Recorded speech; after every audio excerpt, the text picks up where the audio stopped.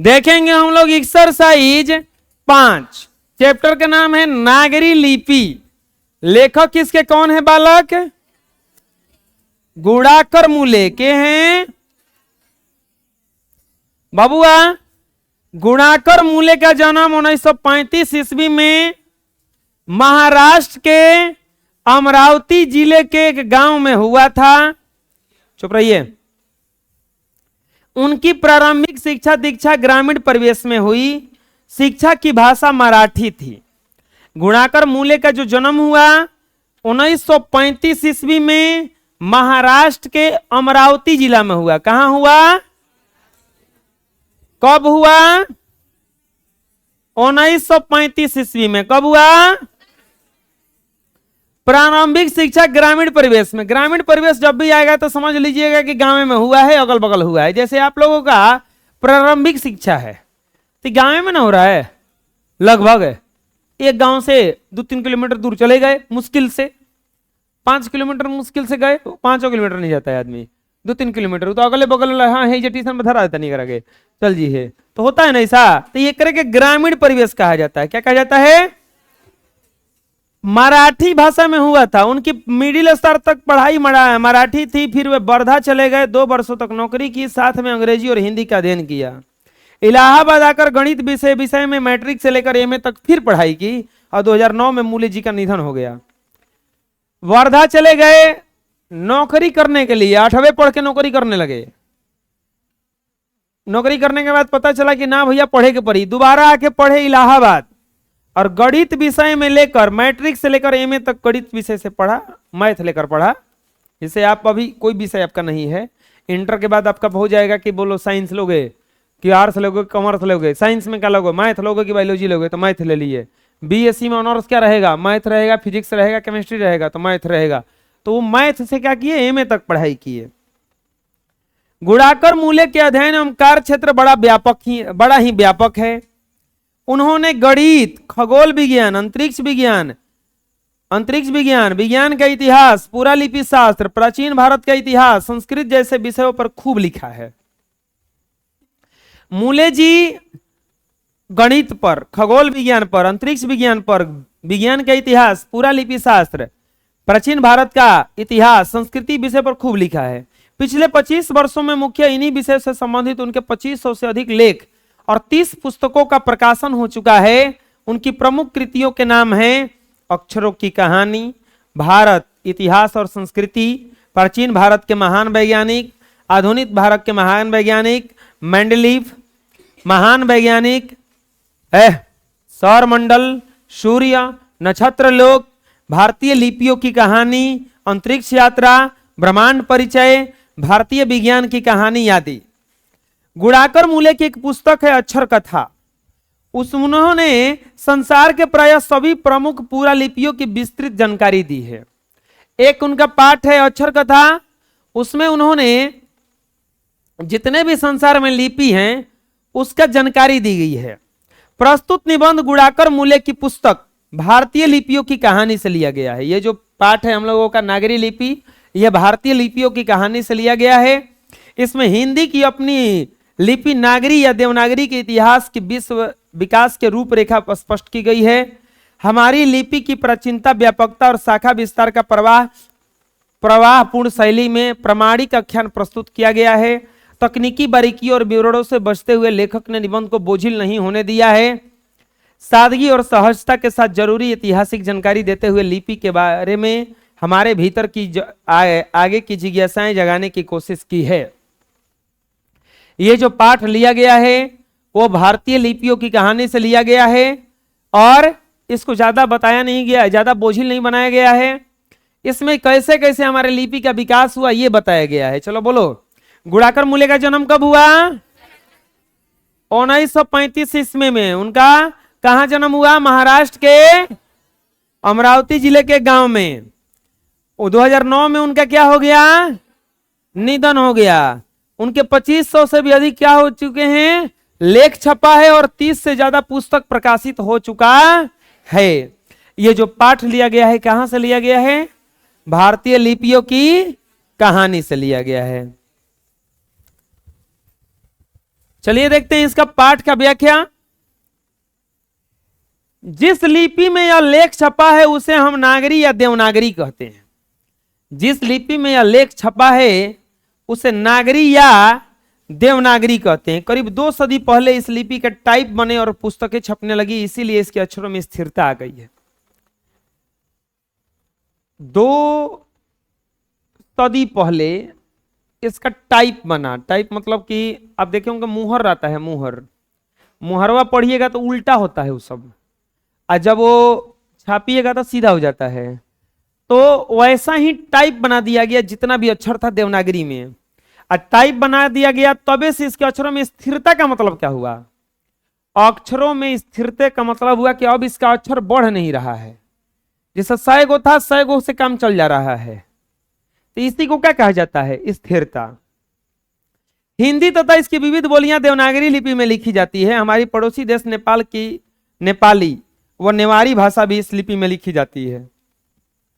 मराठी भाषा की लिपि देवनागरी है। मराठी में सिर्फ एक अतिरिक्त अक्षर है। हमने देखा है कि प्राचीन काल में संस्कृत व प्राकृत भाषाओं में यह ध्वनि थी, इसके लिए अभिलेख के अक्षर मिलता है। देवनागरी लिपि के बारे में एक और महत्वपूर्ण तथ्य यह है कि संसार में जहां भी संस्कृत प्राकृत पुस्तकें प्रकाशित होती है वे प्रायः देवनागरी लिपि में ही छपती हैं। वैसे विदेशों के कुछ पंडित का और उसका अनुकरण करते हुए भारतीय पंडित भी ऊपर नीचे चिन्ह जोड़ते हुए रोमन अंकों में भी संस्कृत प्राकृत के उद्धरण ग्रंथ छपवाते हैं। ज्यादातर बोल रहे हैं ये कि संसार में जितना भी संस्कृत का पुस्तक छपेगा तो उसमें देवनागरी लिपि, मराठी भाषा की भी लिपि देवनागरी ही है। तो ये सब देवनागरी जो हम लोग लिखते हैं ना, हिंदी आप लोगों को परीक्षा में आता होगा लिखने के लिए लिपि, लिपि में से देवनागरी लिखिए। देवनागरी इसलिए नहीं कि भारत का लिपि है, नहीं, हिंदी में लिखने जा रहे हैं तो देवनागरी। आप पढ़े होंगे रोमन अंक, तो रोमन अंक को 1 को आई जैसे पढ़ा जाता है ना, 2 को डबल आई तो इंग्लिश होता है वो, तो इसीलिए इसको रोमन अंक होता है। अगर आप इंग्लिश में उत्तर लिखने जा रहे हैं तो रोमन लिखिए, हिंदी में जा रहे हैं तो देवनागरी लिख दीजिए, संस्कृत में लिखने जा रहे हैं तो देवनागरी लिख दीजिए। अभी कुछ समय पहले गुजराती लिपि देवनागरी से अधिक भिन्न नहीं है। बांग्ला लिपि प्राचीन नागरी लिपि की पुत्री तो नहीं, बहन अवश्य है। हाँ, दक्षिण भारत की लिपियां वर्तमान नागरी से काफी भिन्न दिखाई देती हैं, लेकिन यह तत्व हमेशा स्मरण रखना चाहिए कि आज कुछ भिन्न दिखाई देने वाली दक्षिण भारत की लिपियां नागरी की तरफ प्राचीन ब्राही से विकसित हुई है। अभी कुछ समय पहले दक्षिण भारत में पोथियों लिखने के लिए नागरी लिपि का व्यवहार होता था। दरअसल नागरी की लिपि के लेख हमें दक्षिण भारत से ही मिले हैं। दक्षिण भारत की यह नागरी लिपि नंदी नागरी कहलाती है। कोंकण के शिलाहार, मान्यखेट के राष्ट्रकूट, देवगिरी के यादव, विजयनगर के शासकों के लेख नंदी नागरी लिपि में हैं। पहल विजयनगर के राजाओं ने लेख को ही नंदी नागरी नाम दिया था। दक्षिण भारत में तमिल, मलयालम, तेलुगु, कन्नड़ लिपियों का स्वतंत्र विकास हो रहा है। फिर भी दक्षिण भारत में अनेक शासकों ने नागरी लिपि का इस्तेमाल किया है।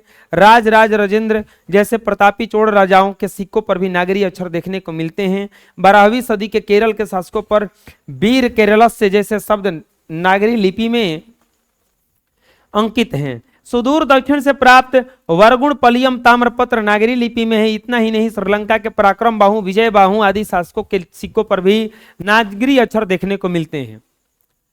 अब ये सोचिएगा कि ये नागरी लिपि कैसे जान गए कि कहां से शुरू हुआ था।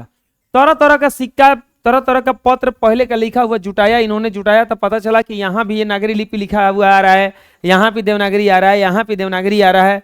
तो उनको पता चलता था कि ये लोग देवनागरी भाषा में पढ़ते होंगे तभी तो लिखते होंगे।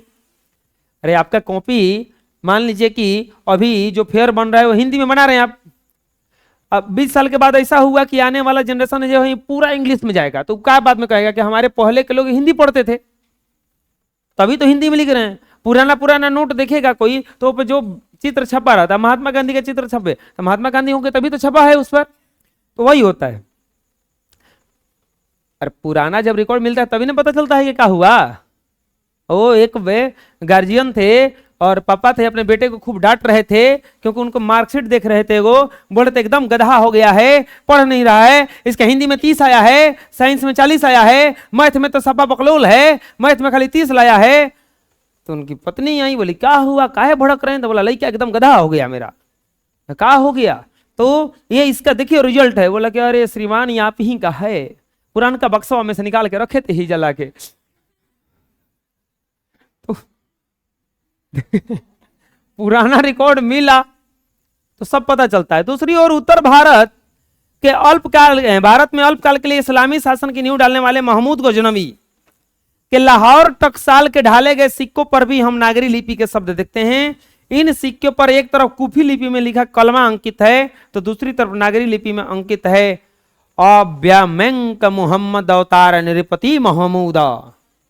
वो लिखवाया था कि मोहम्मद अवतार नृपति राजा है महमूद। ये सिक्के 1028 ईस्वी में शुरू किए गए थे। स्मरण रहे कि इस समय दक्षिण के चोल राजाओं पर के सिक्कों पर भी नागरी लिपि के लिए शब्द देखने को मिलते हैं। मोहम्मद गजनवी के बाद मोहम्मद गौरी, अलाउद्दीन खिलजी, शेर शाह आदि सिक्कों ने भी अपने सिक्कों पर नागरी शब्द खुदवाए। बादशाह अकबर ने एक ऐसा सिक्का चलाया था जिस पर राम सीता की आकृति थी। अकबर जानते हो ना, अकबर बिरबल। नागरी लिपि में राम सीए शब्द अंकित है। वो राम सीता का एक फोटो छपवाया था सिक्का पर और लिखवाया था राम सीए। उत्तर भारत में मेवाड़, गुहिल, सांभर, अजमेर के चौहान, कनौज के गढ़हलवाड़, कठियावाड़ के गुजराती, सोलंकी, आबू के परमार, जेजाब, भुक्ति, बुंदेलखंड के चंदेल, त्रिपुरा के कलचुरी शासकों के लेख भी लिपि में है, नागरी लिपि में है। उत्तर भारत के नागरी लिपि को हम देवनागरी के नाम से जानते हैं। उपयुक्त जानकारी से स्पष्ट हो जाता है कि ईसा की 8वीं सदी से 9वीं सदी से इस नागरी लिपि का प्रचलन सारे देश में था। उस समय सर्वदेशिक लिपि थी। उस समय हर जगह यही लिपि मिल रहा था, तो पता चलता था कि नहीं उस समय नागरी लिपि ही प्रचलन में था, उसी समय से मिलने लगा। गुप्त काल की ब्राह्मी लिपि के बाद सीधम लिपि के अक्षरों पर छोटी आड़ी लकीरें ठोस तिकोन है, लेकिन नागरी लिपि के शब्द की मुख्य पहचान यह है कि इससे अक्षरों पर पूरी लकीरें बन जाती हैं और ये सीरो रेखाएं उतनी ही लंबी रहती हैं जितनी की अक्षरों की चौड़ाई होती है। हाँ, कुछ लेखों के अक्षरों पर भी अभी कहीं कहीं तिकोन दिखाई देती है। दूसरी विशेषता यह है कि प्राचीन नागरी के अक्षर आधुनिक नागरी से मिलते जुलते हैं।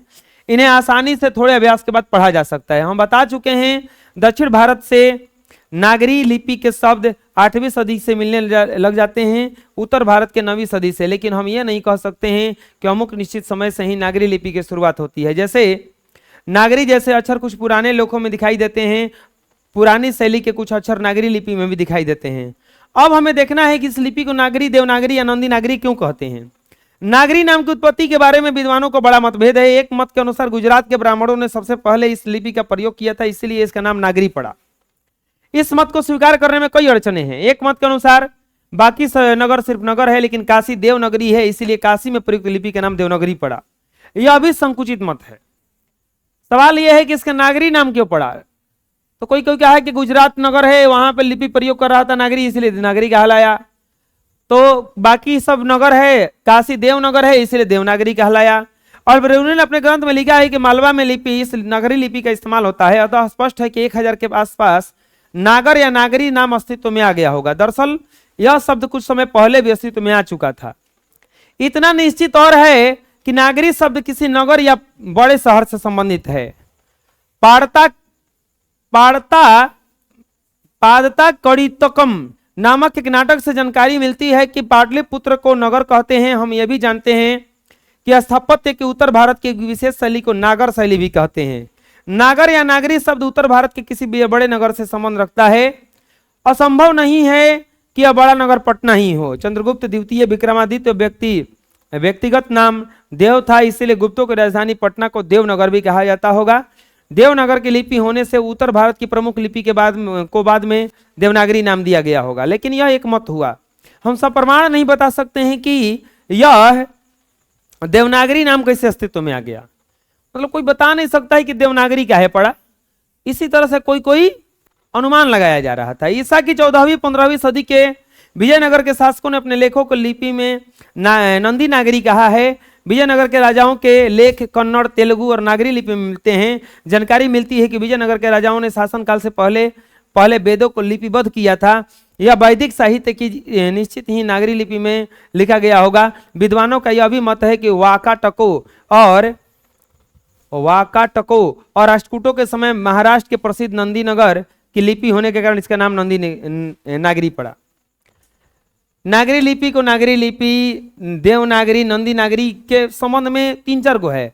पहला के एक काशी के बारे में, फिर पटना के बारे में, फिर ये विक्रमादित्य के बारे में, फिर आया ये लास्ट में कन्नड़ तेलुगु नागरी लिपि के लेख, और इन राजाओं के बारे में महाराष्ट्र के प्रसिद्ध नंदी नगर की लिपि होने का ऐसे नंदी नगरी। हाँ, लेकिन हमें नामकरण के झंझट में अधिक नहीं पढ़ना चाहिए।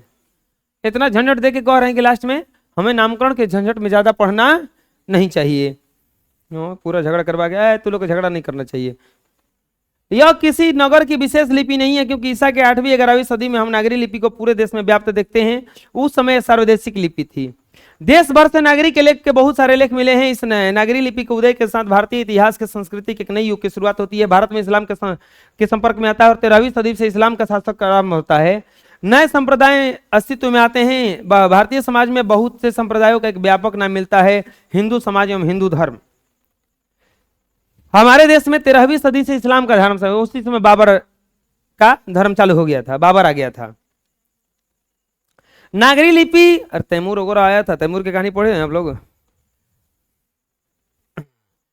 नागरी लिपि के साथ साथ प्रादेशिक भाषाएं भी जन्म लेती हैं। 8वीं 9वीं सदी में क्रम से हिंदी का साहित्य मिलने लगता है। हिंदी साहित्य के आदि कवि सर्वपादात के दोहा कोश की तिब्बत से जो हस्तलिपि मिलती है वो 11वीं सदी की लिपि में लिखी गई है। नेपाल और भारत के जैन भंडारों से भी इस काल की बहुत सारी हस्तलिपियां मिलती हैं। इस काल में भारतीय आर्य भाषा परिवार की आधुनिक भाषाएं मराठी, बंगला आदि जन्म ले रही हैं थी। इस समय से भाषाओं के लेख भी मिलने लग जाते हैं। दक्षिण भारत के द्रविड़ भाषा की परिवार की भाषाएं, विशेषतः तमिल भाषा अधिक प्राचीन है, लेकिन इन भाषाओं के लेख भी उसी समय से मिलने लग जाते हैं। इन भाषाओं के लिए दक्षिण भारत में विकसित ब्राह्मी लिपि का स्वतंत्र विकास हो रहा था, परंतु दक्षिण भारत में नागरी लिपि का खूब व्यवहार था। दरअसल नागरी लिपि के आरंभिक लेख हमें विंध्य पर्वत के नीचे भी दक्षिण प्रदेश से ही मिलते हैं। अनेक विद्वानों का मत है कि भारत में नागरी लिपि का प्राचीनतम लेख राष्ट्रकूट की राजा दंती दुर्ग के समांगंड दान पत्र हैं। दंती दुर्ग ने ही राष्ट्रकूट की नींव डाली थी। ये राष्ट्रकूट की शासक मूलतः कर्नाटक के रहने वाले थे। प्रमुख भाषा इनकी मातृभाषा कन्नड़ थी, परंतु खान देश विदर्भ में बस गए। दंती दुर्ग के बाद उनके चाचा कृष्ण राष्ट्रकूटों की गद्दी पर बैठा। इसी कृष्ण के शासनकाल में एलोरा एवं अनुपम कैलाश मंदिर पहाड़ को काट करके बनाया गया। कृष्ण के कुछ लेख मिले हैं। 9वीं सदी के अमोघ वर्ष का प्रख्यात राजा राष्ट्रकूट हुआ, जिससे अमोघ वर्ष ने राष्ट्रकूट की नई राजधानी मान्य खेट की नींव डाली। अमोघ वर्ष के शासनकाल में ही जैन गणितज्ञ महावीराचार्य ने गणित सार संग्रह की रचना की। ईसा की 8वीं सदी में पश्चिम महाराष्ट्र के कोंकण प्रदेश में शिलाहारों का राज्य स्थापित हो गया। 11वीं सदी में एक शाखा राज्य कोल्हापुर सतारा भी प्रदेश में भी स्थापित हो गया। इन शिलाहारों के अनेक नागरी लेख मिले हैं। 11वीं सदी के अंत से नागरी लिपि में प्राचीन भाषा के लेख मिलने लग जाते हैं। अक्षी से शिलाहार शासक केसीदेव का एक शिलालेख मिला था जो संस्कृत मराठी भाषाओं में है और इसकी लिपि नागरी है, परंतु दिव्य आगर ताम्रपट पूरे मराठी में है। इसे मराठी का आद्य लेख माना जाता है। नागरी लिपि में लिखा गया यह ताम्रपट 1060 ईस्वी का है। कर्नाटक प्रदेश का श्रवण बेलगोल स्थान जैनों का एक प्रसिद्ध तीर्थ स्थल है। यहाँ गोमेटेश्वर का भव्य पुतला खड़ा है। इसी स्थान से विविध भाषाओं और लिपियों का अनेक लेख मिले हैं। श्री गंग राजे करवलिये वहां पे लिखा हुआ था। एक अन्य लेख में भी लिखा है श्री चाउंड राजे करविये ले। ये लेख नागरी शैली की लिपि में है। देवगिरी के राजाओं के नागरी लिपि में बहुत सारे अक्षर मिलते हैं। यादव राजा रामचंद्र के ताम्रपत्र में ए और ओ की मात्राएं अक्षरों की बाईं ओर है। कल्याण के पश्चिम चालुक्य नरेशों के लेख भी नागरी लिपि में है। उड़ीसा में ब्राही की एक विशेष शैली कलिंग लिपि का अस्तित्व था, परंतु गंग वंश के कुछ शासकों ने लेख नागरी लिपि में मिलते हैं। नागरी लिपि के लेख न केवल पश्चिम व पूर्व भारत से बल्कि सुदूर दक्षिण भारत से भी मिले हैं। दक्षिण भारत के पांड्य प्रदेश के राजा वरगुण के पलियम ताम्रपत्र मिले हैं। प्रथम ताम्रपत्र तमिल से शुरू होता है, परंतु इसके दूसरी ओर से नागरी लिपि का लेख शुरू होता है। यह ईसा का 9वीं सदी का है। उत्तर भारत के पहले गुर्जर प्रतिहारों के लेख राज्य में नागरी लिपि देखने को मिलती है। अनेक विद्वानों का मत है कि गुर्जर प्रतिहार भारत के बाहर से आए थे। ईसा की 8वीं सदी के पूर्वार्ध में अवंती प्रदेश में इन्होंने अपना शासन खड़ा किया। बाद में कनौज पर अधिकार कर लिया। मिहिर भोज महेंद्रपाल प्रख्यात प्रतिहार शासक हुए। मिहिर भोज को की ग्वालियर प्रशस्ति नागरी लिपि संस्कृत भाषा में है। धारा की नगरी परमार शासक का भोज विद्यानुराग के लिए इतिहास से में प्रसिद्ध है, परंतु इस शासक के बहुत कम अभिलेख मिलते हैं। इस राजा के वंशवाड़ा और बेतमा दानपत्र कोंकण विजय तथा कोंकण विजय पर्व के अवसरों पर दिए गए थे। बेतमा दानपत्र 1020 ईस्वी का है। हमने उन्हीं आरंभिक लेपों की चर्चा की है, आरंभ में की है, जो देशों के विभिन्न भागों से मिले हैं। 12वीं सदी के बाद हम उत्तर भारत के सभी हिंदू शासकों को देवनागरी लिपि का इस्तेमाल करते हुए देखा है। हमने यह भी देखा है कि कुछ इस्लामी शासकों ने भी अपने सिक्कों पर नागरी लेख अंकित किए हैं। नागरी लिपि के संबंध में लेखक बहुत सारा प्रमाण प्रस्तुत करता है। अब इस प्रमाण में जैसे कि कुछ उड़ीसा का, कुछ उत्तर भारत का, कुछ दक्षिण भारत का, हर जगह से कुछ कुछ प्रमाण लाता है और प्रमाण लेकर बताता है कि बहुत सारे राजाओं ने ताम्रपत्र पर, ताम्रपत्र क्या होता है, तांबा का लिखा हुआ एक पत्र होता है जो बहुत दिन तक खराब नहीं होता है, उस पर चाहे कोई महल बना उस पर लिखवा दिया गया किसी भाषा में, कोई तो लिखवाया होगा ना, आदमी घर बनवा के भी लिखवा देता है ये चीज है। तो पहले वो पोस्टर आता नहीं था, तो पहले वो लिखवाया जाता था, वो लिखवाया वो अभी भी रह गया है, तो उसी को पढ़ के पता चलता है कि ये किस लिपि का है, कैसा है। तो इस तरह से बहुत सारा लेख इनको मिला और ये नागरी लिपि के बारे में कुछ बात किए। अगले क्लास में हम लोग देखेंगे पाठ का क्वेश्चन आंसर।